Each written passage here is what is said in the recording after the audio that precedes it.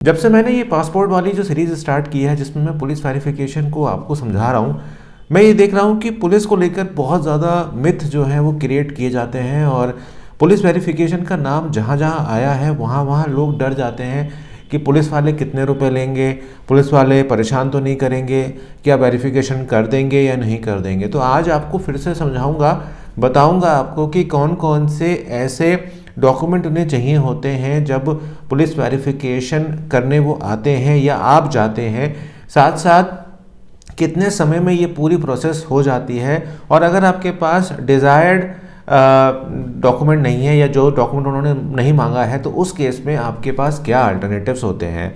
तो मैं हूं अभिषेक, आप देख रहे हैं मनी मैटर्स। जैसा कि आप सभी जानते हैं कि इस चैनल पर मैं आपसे जुड़ी और आपकी समस्याओं को लेकर बात करता हूं और अभी हमारी पासपोर्ट की ये पूरी सीरीज चल रही है। तो पिछली वीडियोस अगर आपने नहीं देखी हैं तो कृपया करके वो वीडियोस ज़रूर देख लीजिएगा, क्योंकि ये बहुत इंपॉर्टेंट वीडियोस मैं यहाँ पर क्रिएट कर रहा हूँ।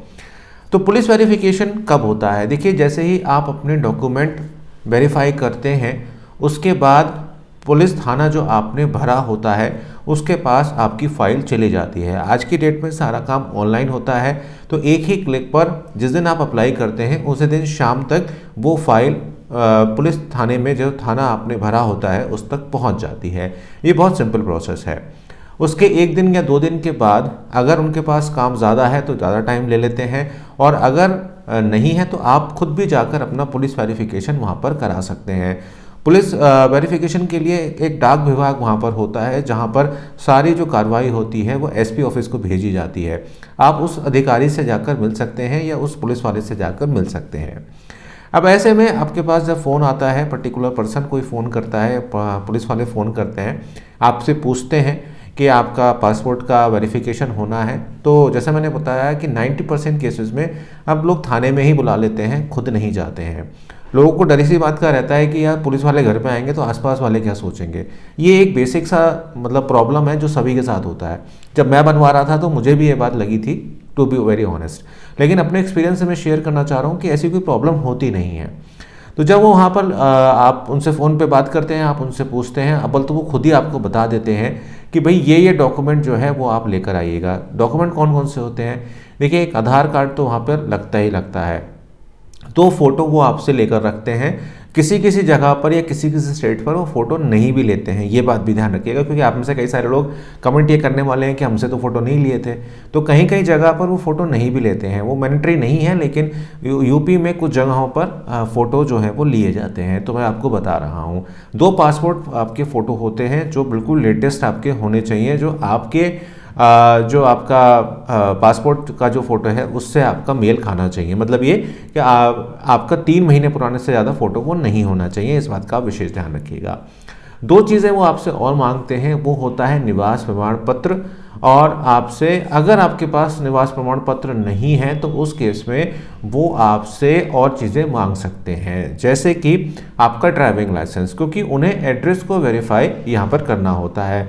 यहाँ पर पैन कार्ड आपका हेल्प नहीं करता, क्योंकि पैन कार्ड में आपके एड्रेस जो है वो नहीं होता है। तो यहाँ पर आपका आधार कार्ड प्लस आपका ड्राइविंग लाइसेंस आपके पास है, या पासपोर्ट तो खैर आप बनवा ही रहे हैं तो वो तो होगा नहीं आपके पास, तो ये आपको देना होता है। अब निवास प्रमाण पत्र अगर आपके पास पहले से है तो कोई प्रॉब्लम वाली बात नहीं है। अच्छा, जो लोग किराए पर रहते हैं उनका किस हिसाब से होगा, तो उस हिसाब में आपका जो अपडेटेड आधार कार्ड है वो आपको वहाँ पर देना होता है। अगर आपके पास आधार कार्ड नहीं है तो आपने जो अपना मकान मालिक से आप लिखवा कर भी दे सकते हैं, केयर ऑफ करके भी दे सकते हैं। कुछ ऐसा बनवा लीजिएगा जो इस बात को प्रूफ करता हो कि आप उस घर में रहते हैं, यानी कि आप अस्थायी प्रमाण पत्र या निवास प्रमाण पत्र भी आप बनवा सकते हैं, जो कि बहुत आसानी के साथ यहाँ पर बन जाता है। अब सेकंड ऑप्शन आता है कि कितना समय लगता है इस पूरे प्रोसेस में, और एक चीज़ आती है कि क्या वो पूछते हैं जब हम लोग जाते हैं वहाँ पर। देखिए, ऐसा कोई इंटरव्यू वो नहीं लेते हैं, उनका काम उनके पास ऑलरेडी सारी चीज़ें होती हैं। और एक चीज़ हाँ इसमें बता देता हूँ कि जो स्लिप आपको पासपोर्ट ऑफिस से मिलती है जिसमें आपका फ़ाइल नंबर लिखा रहता है, वो भी वो देखते हैं। ठीक है, ये मैं बताना भूल गया था, मैं सॉरी इसके लिए कह रहा हूँ आपको। लेकिन ये 3 चीज़ें होती हैं, एक तो फाइल नंबर आपका जो आपको स्लिप मिलती है पासपोर्ट ऑफिस से, एक आपका आधार कार्ड और या निवास प्रमाण पत्र या कोई और ऐसा पत्र जिसमें आपका एड्रेस वहाँ पर मैच होता हो आधार कार्ड के साथ। इसमें पासबुक की जो फोटो स्टेट है वो भी कई बार वेरीफाई करा के आपके मैनेजर से वो ले लेते हैं। अब वो पूछते क्या हैं, ये एक इशू जो है वो बहुत ज़्यादा आता है। पूछते वो ऐसा कुछ नहीं है, वो सिंपल ये पूछते हैं भैया कहाँ जा रहे हो बाहर और किस लिए जा रहे हो, ये वो पूछ सकते हैं, ये उनका हक है क्योंकि वो पुलिस वेरीफाई वहाँ पर कर रहे हैं। और वो ये भी पूछ सकते हैं कि कब आप वापस आ रहे हो, ठीक है, वो पूछ सकते हैं, ना पूछें वो अलग एक बात है, लेकिन वो कभी कभी वो पूछ सकते हैं। क्योंकि मेरे से पूछा था ये बात कि सर कहाँ जा रहे हो, बाहर जा रहे हो और कितना टाइम में वापस आ जाओगे और क्या आप करते हो, ठीक है, ये चीज़ें वो पूछते हैं। पुलिस घर पे आती है, नहीं ऐसा कुछ नहीं है, बहुत कम ऐसी जगहों पर अब पुलिस घर पे आती है।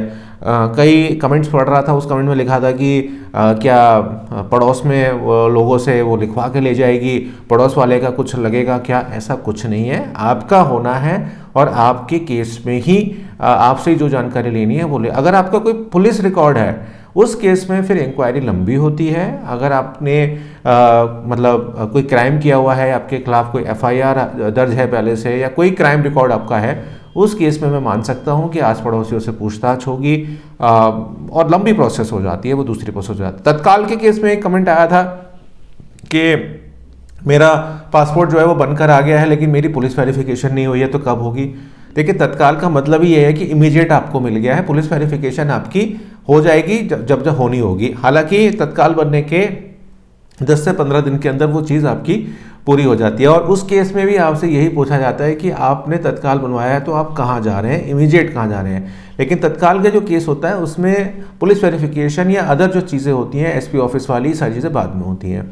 अब सबसे इंपॉर्टेंट क्वेश्चन है कि पैसे कितने मांगते हैं। अब भैया देखो आधिकारिक रूप से इसमें कोई पैसे वैसे नहीं चलते हैं, उनका काम है ये।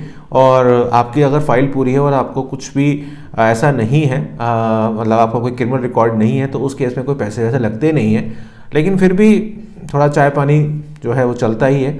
मैं इसको ज़्यादा इसमें डिटेल में नहीं जाऊँगा, तो आप अपने हिसाब से कुछ उनमें ऑब्लाइज कर दें तो ज़्यादा बेटर रहता है। क्योंकि उससे प्रोसेस जो होती है वो थोड़ी फास्ट हो जाती है और जल्दी काम हो जाता है। तो ऐसा कोई पैसे की कोई लेन देन, कोई फीस ऐसी नहीं है जो आपको देनी है। बट ये भारत है तो भारत में थोड़ा ऑब्लाइजमेंट तो चलता ही है। लेकिन कितने मांग रहा है, क्या मांग रहा है, वो मैं इस बारे में कुछ ज़्यादा आपसे बात नहीं कर सकता हूँ। तो इस बात का आप ध्यान रखिए। तो बेसिकली पुलिस वेरिफिकेशन कोई ज़्यादा बड़ी चीज़ नहीं है, आप आराम से जाइए, डरिए मत, अपनी बात को रखिए। अगर आप डर के बात करेंगे और थोड़ा सा शक पैदा करेंगे खुद से तो दिक्कत आपको होगी, नहीं तो ऐसी कोई दिक्कत होती नहीं है। आपको कोई और इशू आ रहा है पासपोर्ट से रिलेटेड तो कमेंट करिएगा, बताता हूँ आपको पूरी डिटेल में, क्योंकि मैंने बहुत सारी चीज़ें झेली हैं। तो जो लाइव एक्सपीरियंस है मेरे वो मैं आपके साथ शेयर कर रहा हूँ। साथ में आपको वीज़ा के बारे में बताऊँगा कि वीज़ा कैसे लगता है और वीज़ा कैसे अप्लाई होता है और किस तरह से वर्क करता है। और अभी बहुत सारी सरकारी योजनाएं आने वाली हैं, बताऊँगा आपको। इस चैनल पर बने रहिए मेरे साथ। मिलता हूँ आपसे एक नई वीडियो में।